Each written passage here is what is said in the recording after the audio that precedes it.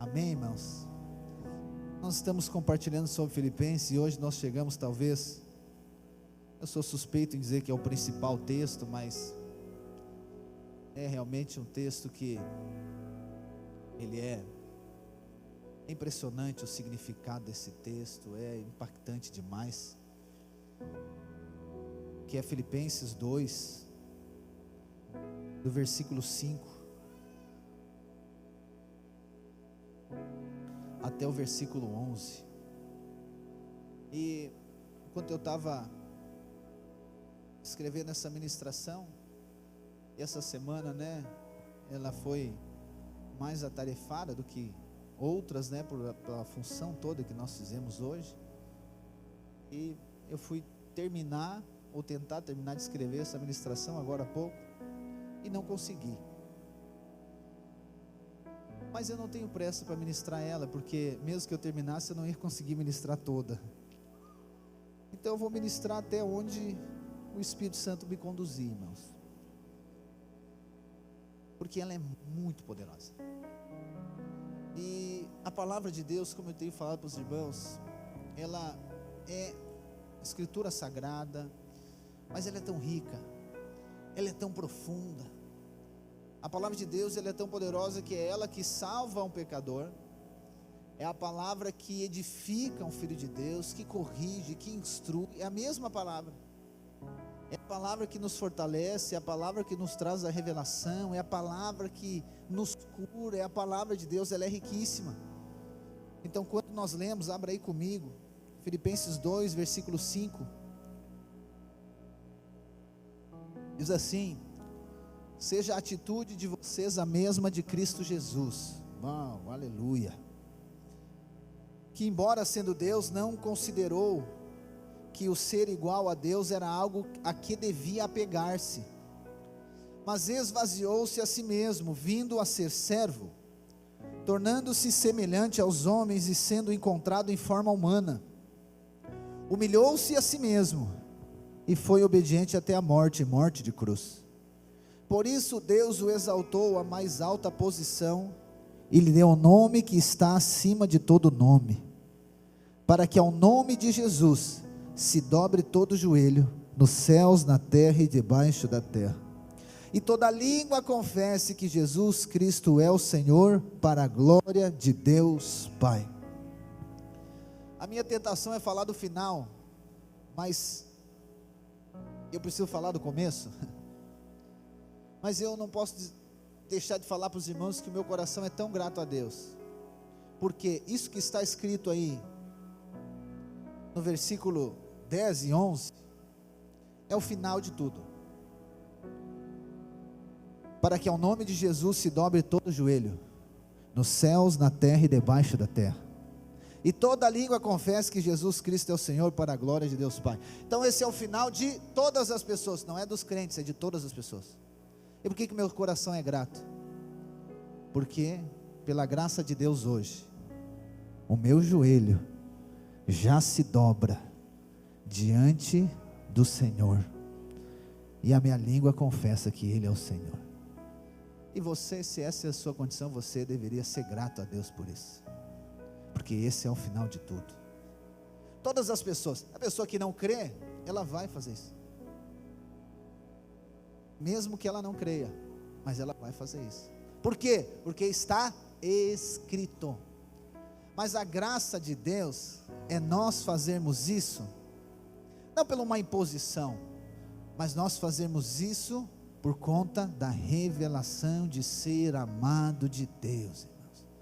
Então por isso que você não deve se cansar, e obviamente dobrar o joelho. Tem a questão literal, mas a gente conseguimos entender que Paulo não está falando, no sentido literal somente, mas ele está falando no sentido de se dobrar, ou seja, de reconhecer, de se humilhar diante do nome dele, e de confessar e de declarar o nome dele. Então se tem algo que eu e você não precisamos fazer para conquistar algo, mas eu e você podemos fazer porque nós já fomos conquistados, é dobrar-nos o joelho diante do Senhor e confessar o nome dele. E eu e você devemos fazer isso sempre e em todo momento. dobrar os joelhos diante do Senhor, se dobrar diante do Senhor, declarando que Ele é o Senhor da nossa vida. Irmão, se você consegue, eu vou usar essa expressão, consegue fazer isso, de livre e espontânea gratidão, uau, você está no caminho certo. Se você consegue fazer isso, não só de livre e espontânea gratidão, mas se você consegue fazer isso com o coração desejoso de fazer isso. Sabe aquela coisa, né? Quando você vai comer, por exemplo, você vai comer, eu gosto muito de brócolis, né? Mas vamos supor que eu não gostasse tanto de brócolis. Mas tem que comer brócolis, que nem lá em casa as crianças comem a salada, né? Uma hora eu vou filmar o Benjamin comendo salada e vou mostrar aqui para os irmãos que é mais ou menos isso. Ele come o alface, mas sabe aquela cara que tu comendo assim, sabe, e não está gostando? Só que interessante que ele disse que gosta. Está entendendo que não combina aquilo que ele fala com aquilo que está expressando, ok? Então ele até faz, mas tu percebe, né? E não é ficar procurando problema ou ficar duvidando dele, mas tu percebe, cara, ele não está gostando daquele alface, ele não está gostando daquele brócolis. Mas, por exemplo, quando ele vai comer, né, um frango, um galeto, não, frango vamos deixar para outro dia o frango, nós já estamos cheios de frango hoje. Não, depois tem mais, aleluia. Promoção de frango hoje, sanduíche de frango fit no final do culto. Mas quando ele vai comer, por exemplo, uma lasanha, uau, a cara dele é totalmente diferente. Então eu e você podemos nos dobrar diante do Senhor e declarar que Ele é o Senhor, com a mesma cara que o Benjamin faz comendo alface. É bom. Por quê? Porque vai chegar uma hora que não tem outra saída. Não tem outra saída, irmãos, não tem outra saída. Então aquela pessoa que ela é muito forte, que ela diz que não crê, e aí chama os crentes de fanático, religioso, fala do pastor, fala da igreja, fala de todo mundo, ok, todo mundo já passou por ali, todo mundo já passou por isso. Mas quando ela está diante de um câncer, o que ela faz? Dobra o joelho. Ela está dobrando o joelho porque ela está grata por alguma coisa? Sim ou não?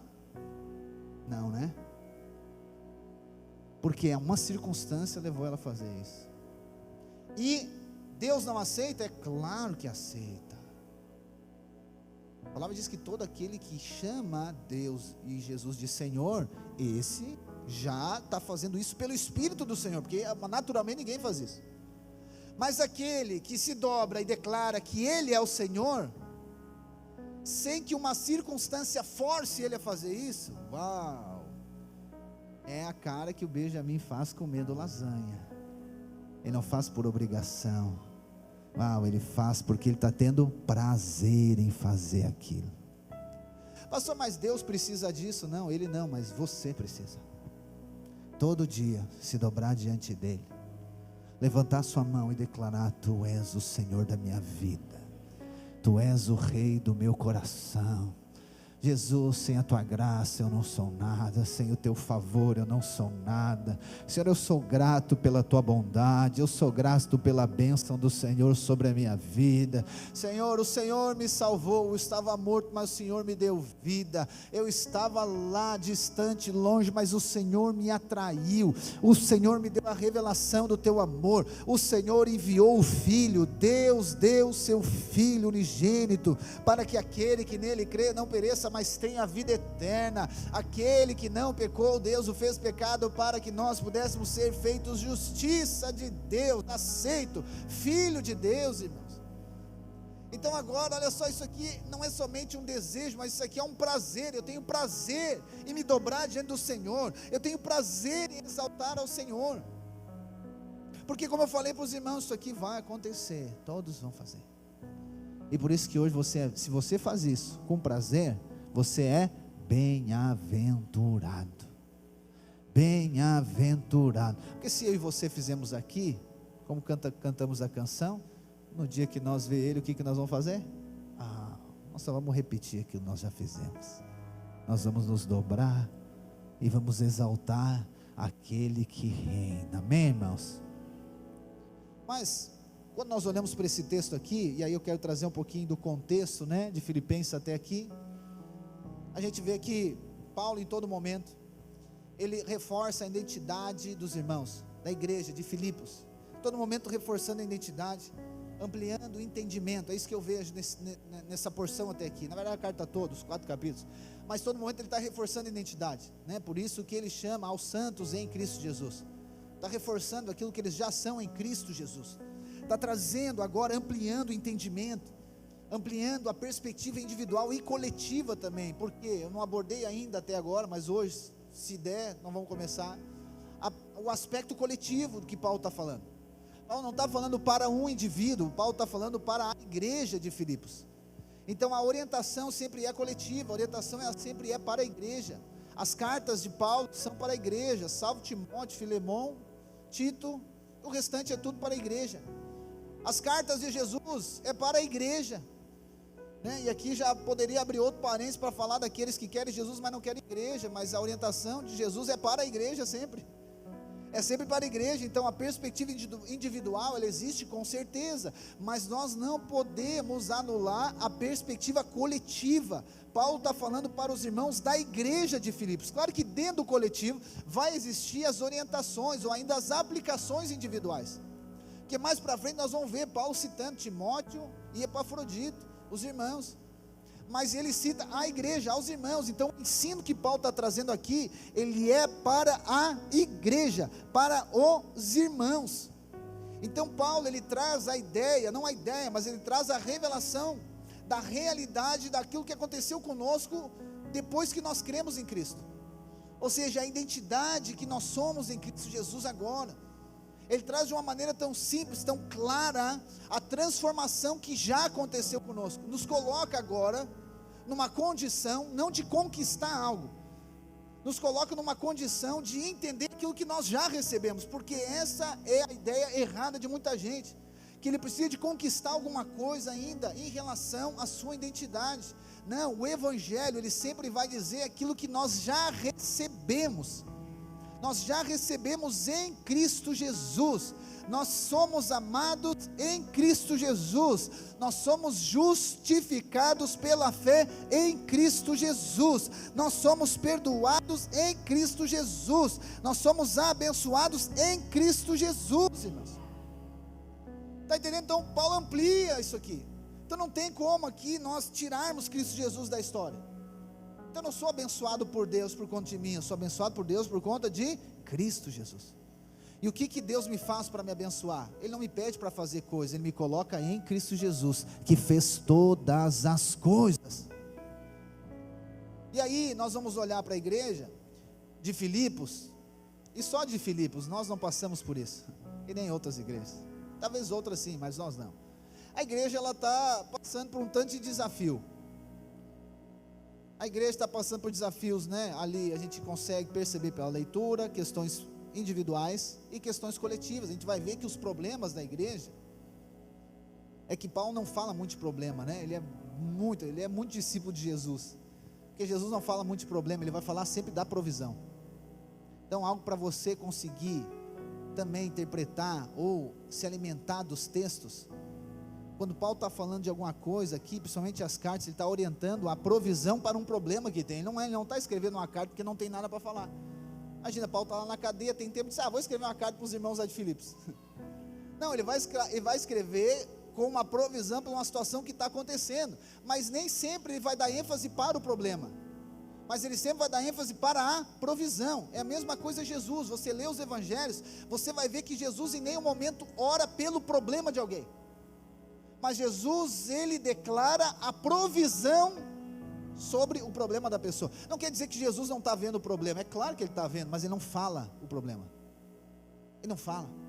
E isso é algo que vai transformando a nossa vida à medida que nós vamos tendo revelação de quem nós somos em Cristo Jesus. Eu e você paramos de falar o problema, e eu e você começamos a falar a provisão. Não falar para que seja uma espécie de abracadabra e aconteça. Nós não falamos porque a gente está agora fazendo de conta que não estamos vendo o problema, mas nós falamos da provisão porque nós cremos de uma maneira experimental, que Deus nos deu Cristo Jesus, e em Cristo Jesus tem a provisão para todas as coisas.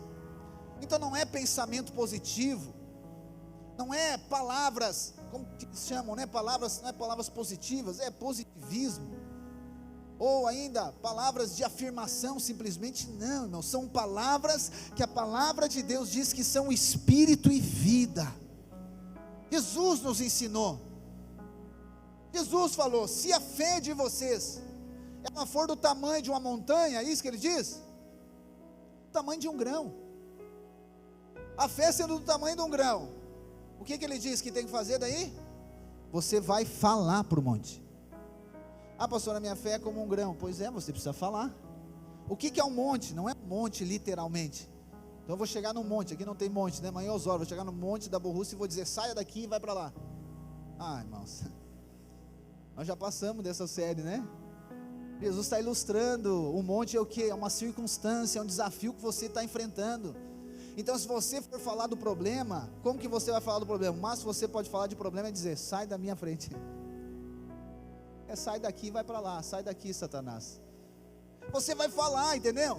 Então a questão da fala, ela é resultado da revelação que nós temos daquilo que Deus fez em Cristo por nós. E aí, diante agora dos desafios, como nós vemos aqui a igreja, a narrativa bíblica nos mostra que eles têm, a gente vê problema dentro, tem problema fora, a gente vê que tem pessoa que está perseguindo, Paulo dizendo, tem pessoa que persegue, tem pessoa que resiste, mas também tem problema dentro da igreja de Filipos, e tem conflito, tem dissensão, tem separação, tem egoísmo. Por isso que Paulo vai falar esse capítulo 2, porque tem gente egoísta. Nós não temos ninguém aqui, os egoístas não vieram hoje. Então eu vou falar para os irmãos, mas aí os irmãos vão falar para quem não veio hoje, amém? Então tem um problema lá, e aí Paulo vai falar o que? Ele vai trazer o que? Ele vai trazer os 10 mandamentos? Não, ele vai pregar o evangelho, ele vai pregar a graça de Deus. Para quê? Para corrigir, para instruir, para encorajar, para preservar a unidade da igreja em Cristo Jesus. E Paulo vai trazer algo aqui, irmãos. Ele vai trazer a partir até agora, né? Tudo que ele vai falando, ele até dá alguns spoilers, né? Mas ele está em todo momento indicando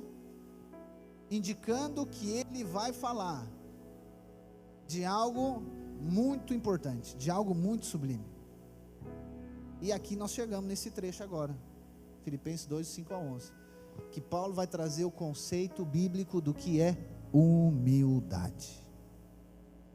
E o que Paulo faz para trazer o conceito que é humildade? Ele vai trazer Jesus. Então, irmãos, Paulo, ele apela aqui. Sabe aquela coisa no jogo, né? Não, mas daí apelou, né? Não, mas daí não dá. É isso aqui que Paulo fez.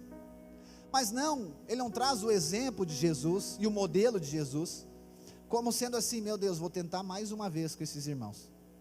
Então eu vou tentar falar de Jesus aqui para ver se eles deixam de ser egoístas. Não, Paulo vai trazer Jesus como o único caminho a seguir.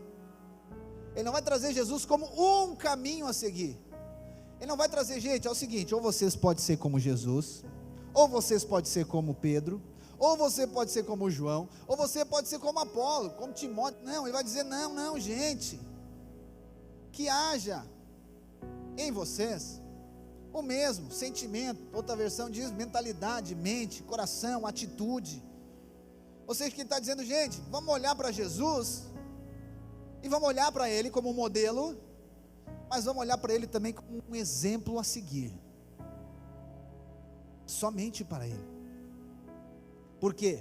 Porque nós temos problemas para resolver, nós temos situações aqui que tem que ser resolvidas, irmãos. Então olha só, diante de tudo aquilo que Paulo fala em relação à identidade, o que eu e você precisamos entender para a nossa vida, para a minha vida?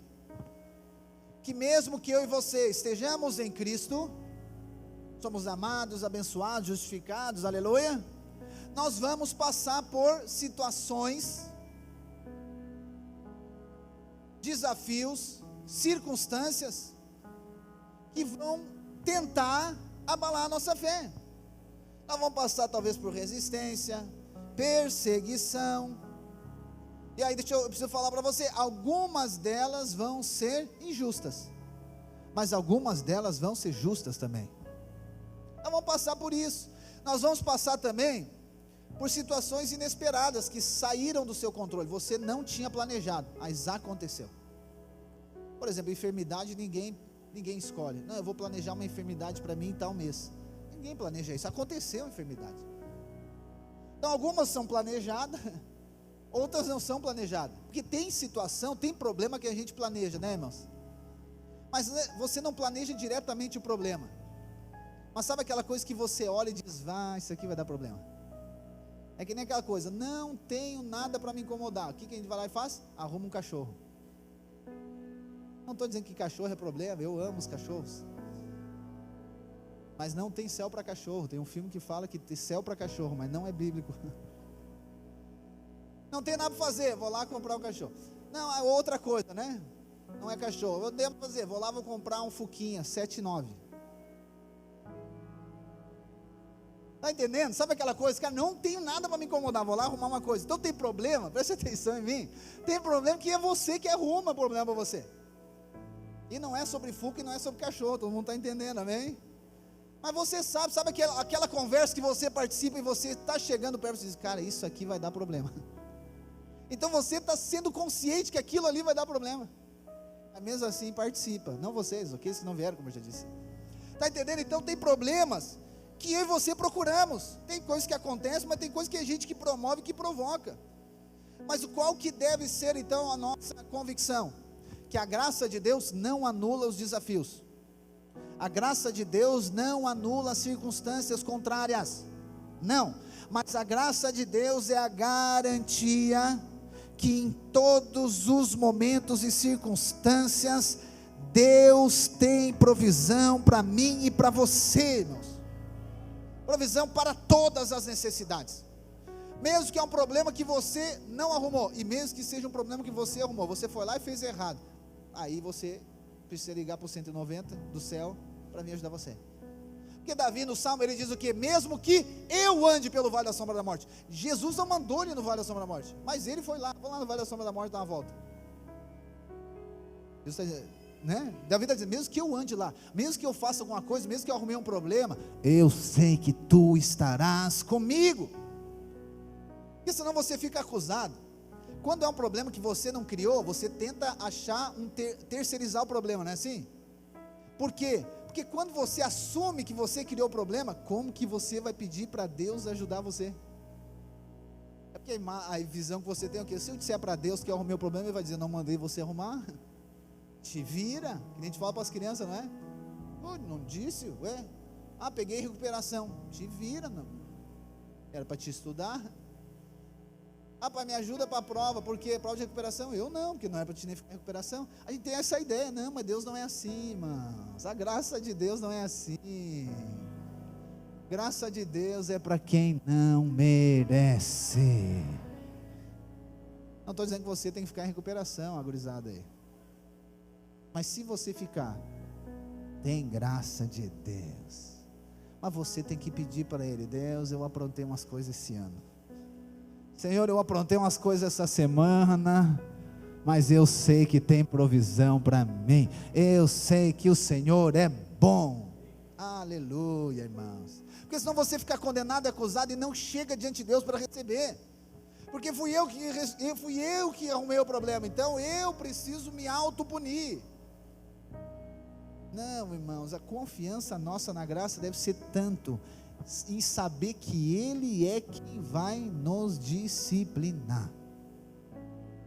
Aleluia, irmãos. Então, Paulo, desenvolve aqui, então eu e você, diante das circunstâncias, e aqui Paulo está falando para Filipos, nós não devemos nos intimidar.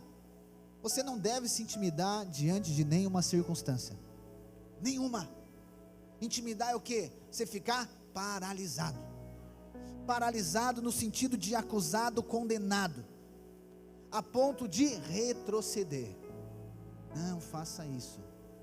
Jesus ensina a dinâmica do reino, tem diversos princípios, e um deles é o seguinte: Jesus diz, aquele que colocar a mão no arado, não olha mais para trás. Eu não retrocedo mais, eu vou para frente. Por quê? Porque Ele está comigo. Ele está em mim, está comigo, Ele vai me guiar, Ele tem a provisão, Ele tem a direção, Ele tem graça, Ele tem favor para mim. Eu estou debaixo da bondade de Deus. Pastor, mas a situação é difícil. Ok, mas não retroceda. Não retroceda, não pare, não desista. Pastor, mas eu tive um conflito com a minha esposa, eu tive conflito com o meu irmão, eu tive conflito com o meu vizinho, eu tive conflito com meu pai, com a minha mãe, com o chefe do trabalho, no meu trabalho, eu tive conflito com A, com B, com C, ou eu estou com problema financeiro, ou eu estou com um problema de enfermidade, eu estou com tanto de coisa, irmãos. Independentemente da circunstância que você esteja enfrentando, diante de Deus eu falo para você, não retroceda, permaneça, não deixe a intimidação paralisar você e levar você a retroceder. Creia que Deus é bom, que Ele é o bom Pai, que tem graça, que tem favor para mim e para você, tem bondade de Deus para ser expressa na nossa vida, irmãos. Então você precisa fazer o que? Guardar o testemunho. Guardar o testemunho nosso? Não, guardar o testemunho da graça, do Evangelho da graça. Eu tenho aprendido isso porque nós falamos da graça de Deus, mas essa graça que nós falamos, ela será testada, não como Deus no sentido de fazer uma pegadinha, mas se eu e você cremos na graça de Deus, vai chegar uma circunstância que essa graça vai precisar ser utilizada, entendeu? Vai precisar ser utilizada, e aí nós vamos chegar, eu compartilhei sobre isso até acho que em Filipenses, vai chegar um momento, aonde aquilo que nós de fato cremos, vai ser exposto por conta da circunstância, a circunstância vai demonstrar isso, mas a circunstância não vem para abalar você, a circunstância vem para eu e você experimentarmos da graça e do favor de Deus. Só que é necessário o que? Fé, e a fé não é uma emoção, você sabe disso. A fé, ela é uma decisão, podemos chegar talvez o mais próximo à decisão, a fé é um espírito, mas a fé, ela está muito mais ligada com um posicionamento. Então não retroceder é o que? É se posicionar, não é naturalmente, é espiritualmente. Eu me posiciono. Tá bom, a circunstância aconteceu, o problema está acontecendo, mas eu me posiciono como aquele que crê na graça de Deus. Eu não abro mão, eu não retrocedo, eu creio que o Senhor é por mim, Ele vai me dar o escape, Ele vai me dar direção, Ele vai falar alguma coisa, Ele vai me dar agora uma palavra, Ele vai usar uma circunstância, alguém para falar comigo. Eu dependo do Senhor, então eu não retrocedo em relação ao meu posicionamento de fé, irmãos, porque essa é a tentação. Eu e você retrocedemos no nosso posicionamento de fé, e não mais sermos guiados pelo Espírito de Deus, mas sermos guiados agora por conta das circunstâncias, por conta dessa tentação de nos conduzir a retroceder. E qual que é o problema quando nós retrocedemos? Eu estou falando literalmente, estou falando de posicionamento de fé. O problema é que depois você vai ficar mais acusado que antes. Você vai ficar mais acusado que antes. Aí você vai dizer, nem crente eu consigo ser, olha só. Vai ficar acusado, cara, olha só o que eu fiz, eu decepcionei a Deus. Não, irmãos, permaneça crendo na graça do Senhor. E agora? E esse é o cenário aqui de Filipenses. Paulo está o quê? Está fortalecendo a fé dos irmãos. Irmãos, permaneça firme. Tem resistência, permaneça. Tem perseguição, permanece. Tem dissensão no meio dos irmãos, permanece. Vamos permanecer crendo na graça de Deus, vamos permanecer crendo naquilo que nós recebemos dele, porque Deus nos deu vida, Deus, Ele nos deu o Cristo, Deus nos deu o Filho, Deus nos deu Cristo, nos deu o Espírito, e no Espírito nós ganhamos encorajamento, consolo de amor, comunhão no Espírito, afeição, compaixão, a alegria do Espírito. Está entendendo? É isso que Paulo está dizendo. Ele está dizendo, irmãos, vamos permanecer, irmãos. Vamos permanecer para que o testemunho da graça Ele agora expresse através da sua vida. É isso que nós vamos ver lá, na semana que vem ou na outra, lá no versículo 12. Ele está dizendo, permanece para que esse testemunho ele seja gerado em você. E você precisamos entender que o Evangelho, irmãos, ele não é uma capa. Não é uma capa de crente. Não.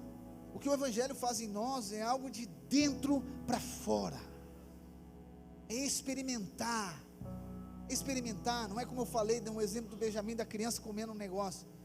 Quando você oferece uma coisa para a criança, ela diz que não gosta, ou para qualquer pessoa, diz, tu gosta da coisa, não gosta. 90% das vezes é porque ela não comeu aquilo. Mas a primeira coisa é o quê? Não gosto. Aí pergunta, já comeu? Não. Então como está dizendo de algo que não gosta de algo que tu nunca comeu? Então o convite, o evangelho é um convite, irmãos. O convite é para nós experimentarmos a graça de Deus na prática, em todos os momentos e em todas as circunstâncias. Aleluia! E essa graça que nos sustenta. Mas eu confesso para você que às vezes é desafiador. Muitas vezes é desafiador. E isso tudo que eu falei até agora vai surgir uma pergunta, tá? Mas como? Como que permanece, pastor, agora? Como é que fica firme diante da tribulação? Como é que fica firme diante da resistência? Como é que fica firme diante das coisas que não acontecem?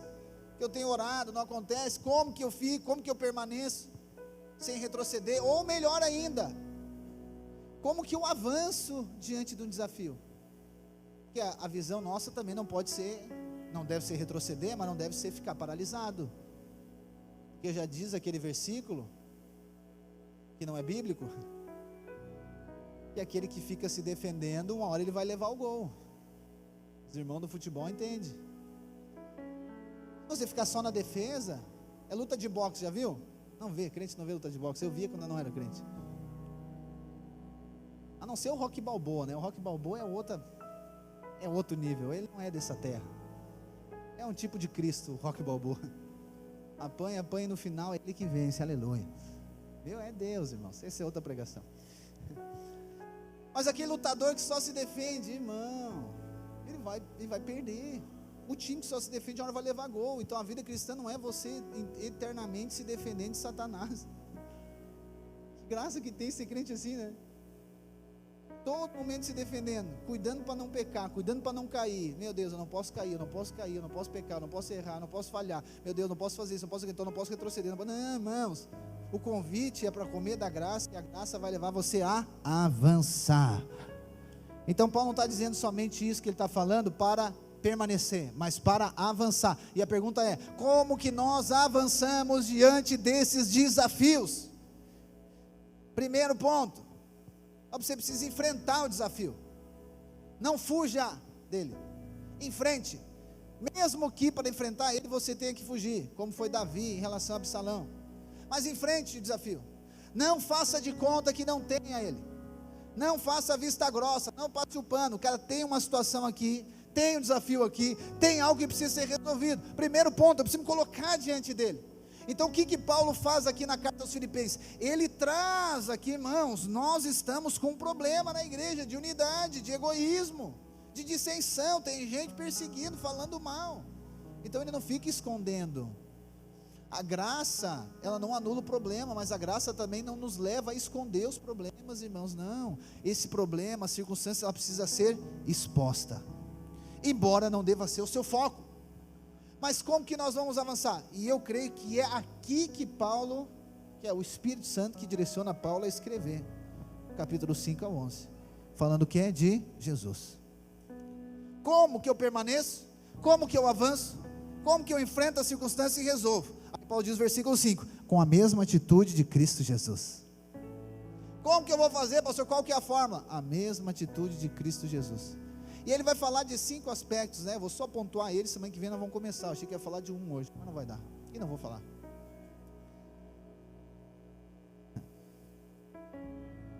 O mesmo, ele diz o exemplo. E aí eu só vou conceituar isso aqui. Jesus é o nosso modelo, amém, irmãos? Mas Jesus também é nosso exemplo. Pastor, não é a mesma coisa? Sim e não. O modelo está ligado ao caráter moral e ético de Jesus. Jesus é perfeito. Se quer ver alguém perfeito, olhe para Jesus.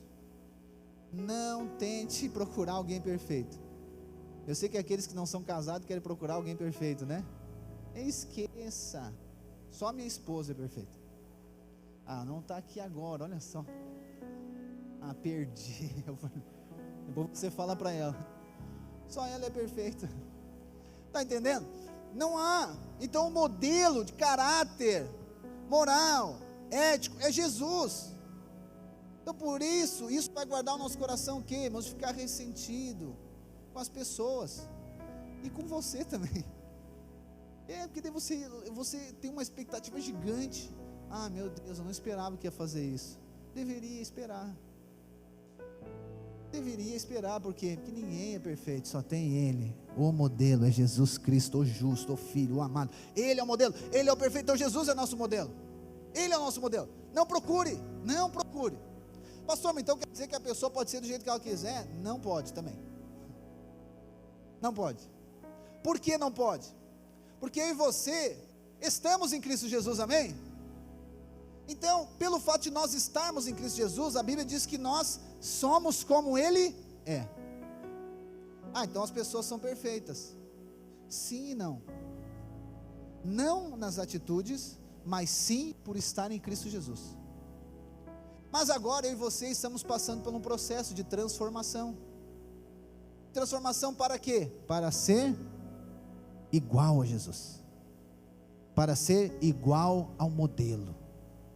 Mas para que eu e você, olha que maravilhoso, eu sou apaixonado pelo Evangelho, porque para que eu e você desfrutemos de Cristo, ou para que eu e você nos tornamos a imagem e semelhança de Cristo, Deus já nos fez filhos. Então nós já temos a provisão para nos tornar aquilo que nós já somos. Confundiu tudo, né? Você já é filho de Deus, amém? Mas Deus quer tornar você igual ao Filho perfeito que é Jesus. E o que Ele faz para isso? Ele já faz você filho. Ele não quer que você seja perfeito para se tornar filho, não. Você já é aceito e recebido como filho por causa de Jesus, que é perfeito. Mas agora nosso relacionamento com Deus em Cristo Jesus vai nos levar a essa perfeição. Então se você olhar para você, não com condenação e acusação, você vai perceber o quanto que Deus tem transformado a sua vida, irmãos. E se isso não aconteceu, você não está tendo a revelação que você está em Jesus. Porque quando você tem a revelação que está em Jesus, o Espírito Santo vai mudando a sua vida, vai transformando a sua vida, vai gerando em você algo, vai conduzindo você, não com condenação e acusação, e você não precisa fazer um esforço para olhar para Jesus e dizer, Jesus faria isso, então eu tenho que fazer isso. Não é algo que você força, é algo que o Espírito de Deus gera dentro de você, e o seu comportamento é uma resposta a isso. Então Jesus é o nosso modelo, amém? Mas Ele é nosso exemplo. Qual que é a diferença? O modelo fala da pessoa dele, da essência dele, o exemplo fala da trajetória dele. Então nós não temos só olhar para Ele, não só contemplar Ele, nós temos que andar nos passos que Ele andou. E é isso que Paulo está dizendo aqui, o exemplo é Cristo, o nosso exemplo é Cristo. Como que eu e você vamos permanecer, vamos avançar diante dos desafios e diante das circunstâncias? O mesmo exemplo de Jesus, seguindo os passos de Jesus. E o que Jesus fez? Versículo 6 diz que Jesus, embora sendo Deus, não considerou ser igual a Deus, era algo que devia apegar-se. Então versículo 6 está dizendo o quê? Que Jesus, Ele sempre foi Deus. Então nós estamos falando aqui de uma pré-existência. Jesus não se tornou Deus quando Ele nasceu num corpo de um homem. Jesus não se tornou Deus quando Deus, o Pai, criou Ele. Jesus sempre foi Deus. Jesus não tem começo, não tem final, Ele é Deus. Então Ele é o próprio Deus, e nada do que foi feito seria feito sem Ele. Ele é o autor da vida. Como que Ele vai ser criado? Então nós estamos falando no versículo 6 aqui da pré-existência de Deus. Ele já existia. Mas mesmo Ele sendo Deus, alguém que já existia antes de ser manifesto aqui na terra, Ele não considerou ser igual a Deus. Então Ele era. Ele não deixou de ser Deus quando Ele nasceu como homem, não, mas Ele abriu mão da sua divindade, e Ele agora se tornou homem. Ele abriu mão daquilo que Ele era, irmão. Só o versículo 6 já estava bom. Paulo não precisava falar mais nada, porque o que Ele está dizendo, irmão? Ele está falando sobre humildade, amém? Modelo e exemplo de humildade. Ele começa dizendo, o exemplo de Jesus, que Ele é Deus. Sendo Deus, Ele não considerou ser igual a Deus. ou seja, ele não considerou a si mesmo. Então, o primeiro passo para refletir e expressar a humildade bíblica é não considerar a si mesmo. Eu não considero a mim mesmo, como Paulo já falou antes, eu considero o outro. Versículo 7, mas esvaziou-se a si mesmo, vindo a ser servo, tornando-se semelhante aos homens. O que esse segundo ponto aqui fala? Fala que Deus se fez homem. Então nós estamos falando da encarnação, não é reencarnação, irmão, pelo amor de Deus, não me complica. É encarnação, Deus se fez homem. O Deus Todo-Poderoso, Criador do céu e da terra e tudo que nela há, Ele se fez como a criação que Ele mesmo fez. Então é o Criador se submetendo à sua própria criação. Esse aqui é o padrão, esse aqui é o exemplo de humildade, irmãos. Ele submeteu aquilo que Ele criou.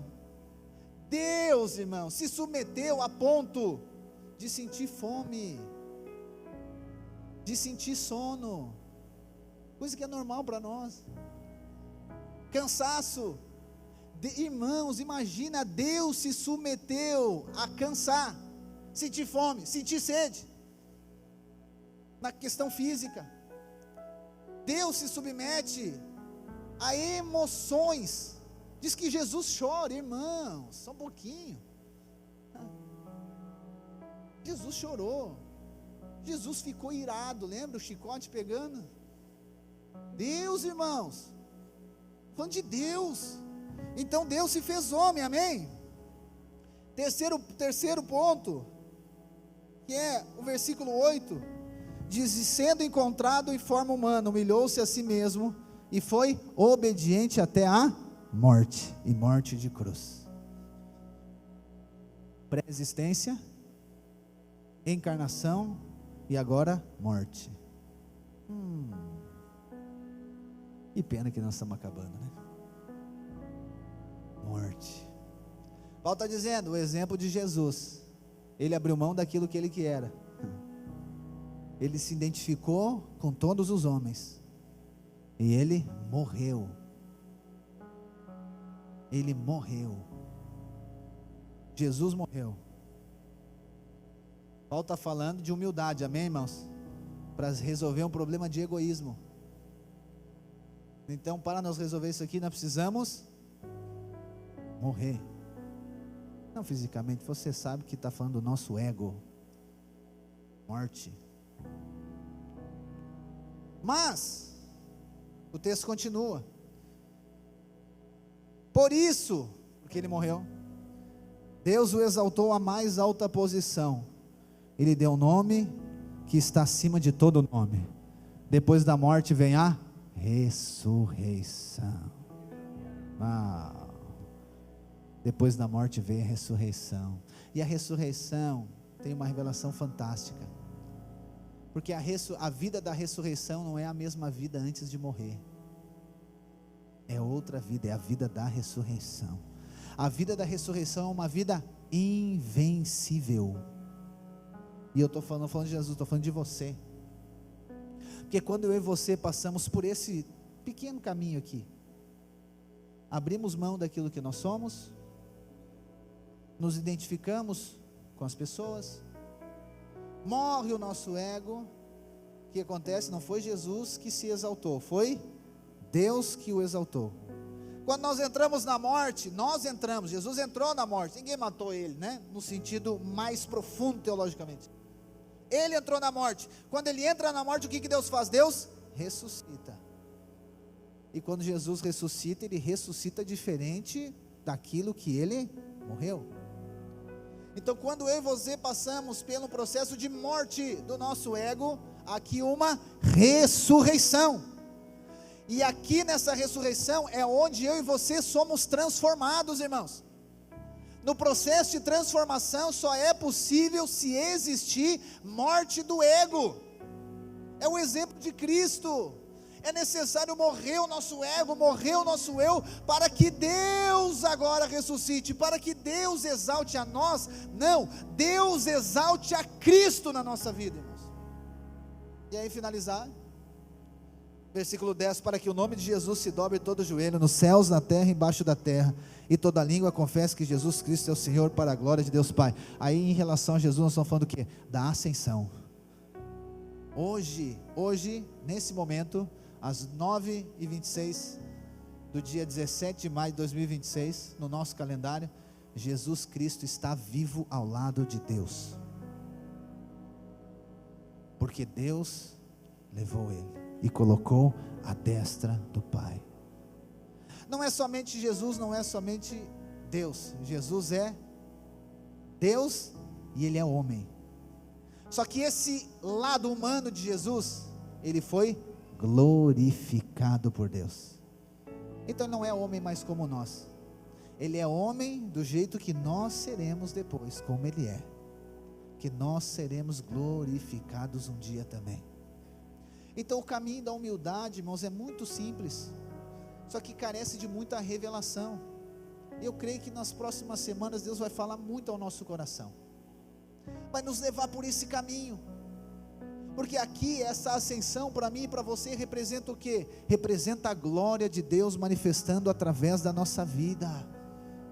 A glória de Deus, preste atenção, eu finalizo aqui, o louvor pode subir, senão eu continuo falando, aleluia. O que é humildade? Vou fechar aqui também.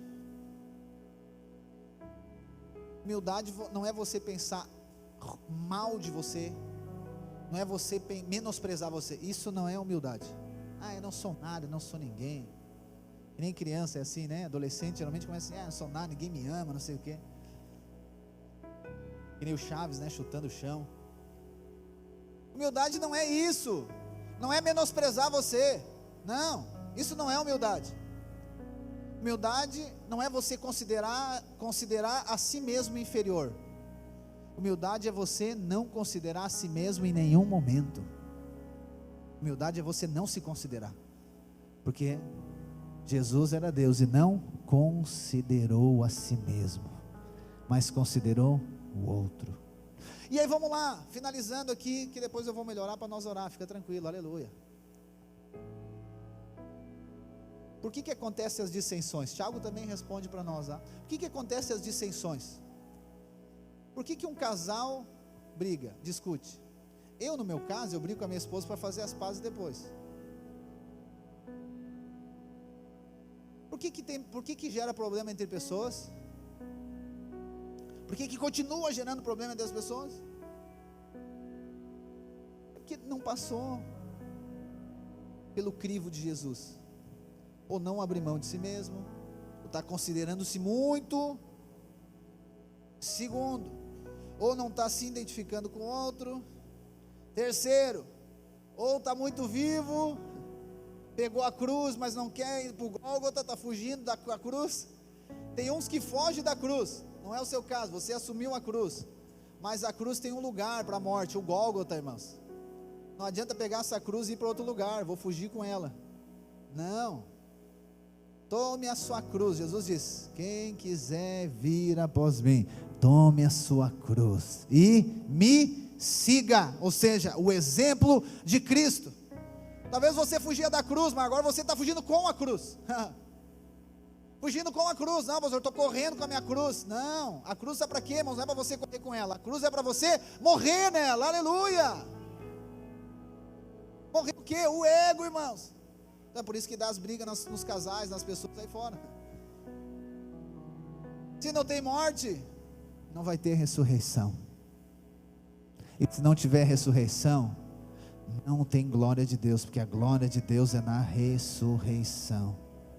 E isso aqui é o Evangelho, isso aqui é a proclamação do Evangelho. Então Deus quer fazer que você seja uma carta viva, que você seja a luz do mundo, o sal da terra, para que você seja um luzeiro do mundo. Mas não porque você é um bom profissional, não estou desqualificando a sua profissão, não, mas para que você seja o quê? Um testemunho de Cristo, você reflita a glória de Deus. E o caminho é esse, irmãos, aleluia. O caminho é cruz, abre mão de si mesmo, não considerar a si mesmo e identificar com o outro. É isso que Jesus faz. Ele não morre por causa dele, ele morre por causa do outro. Cruz, Gólgota, ressurreição.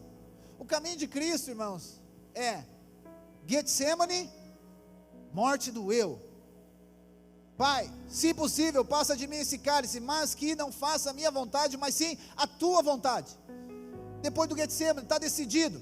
Gólgota, cruz, morte.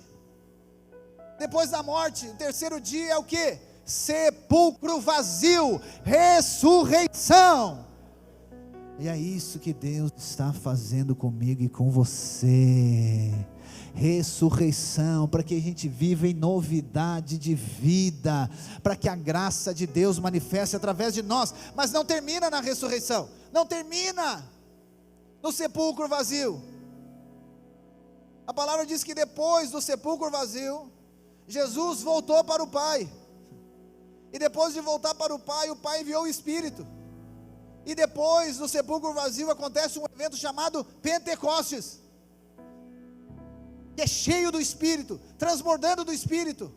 Então é isso que Deus está fazendo comigo e com você. Deus quer nos encher do Espírito, amém? Mas antes do Pentecoste tem o Gólgota, antes do Pentecostes tem o sepulcro vazio, antes do sepulcro vazio tem o Gólgota, antes do Gólgota tem o Getsemane. Então quando nós vamos ao Getsemane, decidimos pelo Gólgota, a cruz, depois do sepulcro vazio, e o Pentecostes acontece na nossa vida. Mas não estou falando de algo emocional, eu estou falando de algo do Espírito na sua vida. Você transborda do Espírito Santo. Pastor, mas isso acontece uma vez só? Não, isso acontece a nossa vida toda. A nossa vida toda, é o processo da nossa vida, é esse, é morte e ressurreição, cheio do Espírito, morte e ressurreição, cheio do Espírito. Porque somente alguém cheio do Espírito pode entrar na morte também. Pastor, eu estou com dificuldade de morrer. É normal, estamos juntos nessa. A nossa carne é isso, a nossa carne não quer morrer, não, a nossa carne quer estar viva. Como que eu morro, pastor? Sendo cheio do Espírito, porque é o Espírito que guiou Jesus para a morte. Mas agora eu morri, o que vai acontecer? Ele vai me ressuscitar. Eu estava morto, mas Ele me deu vida. Jesus veio para nos trazer vida e vida abundante, e nós recebemos da sua plenitude graça sobre graça. Deus não quer que eu e você vivemos uma vida cristã, irmãos, de chavido, que nem um adolescente emburrado, que não sabe por que é. Ontem mesmo, né, eu finalizo, 3 minutos, passou um senhor vendendo rapadura, e nós estávamos, né, falando de comer uma coisa doce, né, depois, e eu fui comprar uma rapadura, e eu senti que não era sobre rapadura, aleluia. Daí ele disse assim: o que é isso aí? Eu estava ali atrás, né? Não dá para identificar muito bem o que é aqui, né? Ele disse: é uma igreja. Eu disse: então o senhor é cristão? Eu digo: sim. Aí disse: eu gosto dos cristãos. Disse, aleluia. Mas ele também era cristão. E aí ele começou a me falar numa palavra lá de Ezequiel. E quando ele falou a palavra, já, né? Enfim, se não fizer tal coisa, vai acontecer tal coisa e tal. Eu digo: olha. Eu digo: mas eu não concordo com o Senhor. Mas está escrito. Eu disse: mas tem muita coisa escrita. Eu disse: eu conheço um Deus da graça, eu conheço um Deus do amor, eu conheço um Deus que me chamou para a mesa. Eu vou passar por dificuldade, vou, mas eu não vou viver uma vida toda emburrado com Deus, porque Ele não faz o que eu quero. Eu não vou viver uma vida toda lutando contra o diabo, contra o pecado e contra Satanás. Eu vou andar de graça sobre graça em Cristo Jesus, passando pela prova, dando glória a Deus. Aí ele me falava um versículo, eu falava outro, tipo aquele desafio que dá na internet, né? E aí eu precisava corrigir. Ele disse: não, eu preciso corrigir o Senhor com todo amor no meu coração. Aí eu perguntei para ele: o senhor já almoçou? Não. Então vem cá, vamos almoçar. Botei ele sentado ali na mesa e dei almoço para ele, porque essa é a graça de Deus, né? Ele nos coloca na mesa. E aí ele foi abrindo o coração, falando da vida dele, eu fui ministrando a graça, e nós terminamos abraçados e chorando e dando glória a Deus, aleluia. Oh, irmãos, é nisso que eu creio. Eu sei que tem situação que a gente passa, que parece que ela é a mais difícil. Meu Deus, eu não vou conseguir aguentar. Sim, é isso mesmo, por isso que nós precisamos da graça. Mas eu quero dizer para você, não vai ser sempre debaixo de mau tempo, não. Existe, irmãos, um amor que desceu da sua glória. Jesus desceu da sua glória. Deus se fez homem para vir resgatar você, irmãos. Jesus, Deus se fez homem, desceu do céu e veio até aqui, onde a gente está, e colocou uma mesa, e nos chama para sentar. Vamos sentar na mesa. Oh, irmãos, eu não sei você, mas eu acho que você não podemos sentar nessa mesa com a cara amarrada, né? E não estou falando cara amarrada no sentido físico, estou falando no contexto todo. Ah, mas eu não gosto disso aqui. Não, é que você nunca comeu. Ah, pastor, mas a situação é muito difícil, eu nunca passei por isso. Pois é, a mesma coisa. Você não comia brócolis, dizia que não gostava. Depois que você comeu um brócolis temperado, tem gente que come sem tempero, mas tempero que vai mudar. E a graça de Deus é o tempero, aleluia. Aí você diz, meu Deus, que coisa maravilhosa isso. É assim a nossa experiência com Cristo. Pastor, mas está muito difícil. Talvez você está comendo a salada sem tempero, irmãos. Hebreus capítulo 4, versículo 2, o mesmo evangelho foi pregado para os israelitas no deserto, as mesmas boas novas, mas eles não misturaram com fé, ou seja, eles não temperaram com a graça, e não entraram na terra prometida. Deus está convidando você nessa noite, só que Ele não mandou um convite do céu, como a lei, Ele veio convidar você. Ele se fez homem. Deus se fez um mordomo. Deus se fez um garçom. Deus se fez alguém. Para quê? Para ser servido por mim e por você?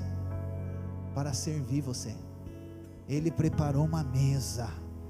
Ele preparou uma mesa, um banquete. Pastor, mas eu sou no deserto.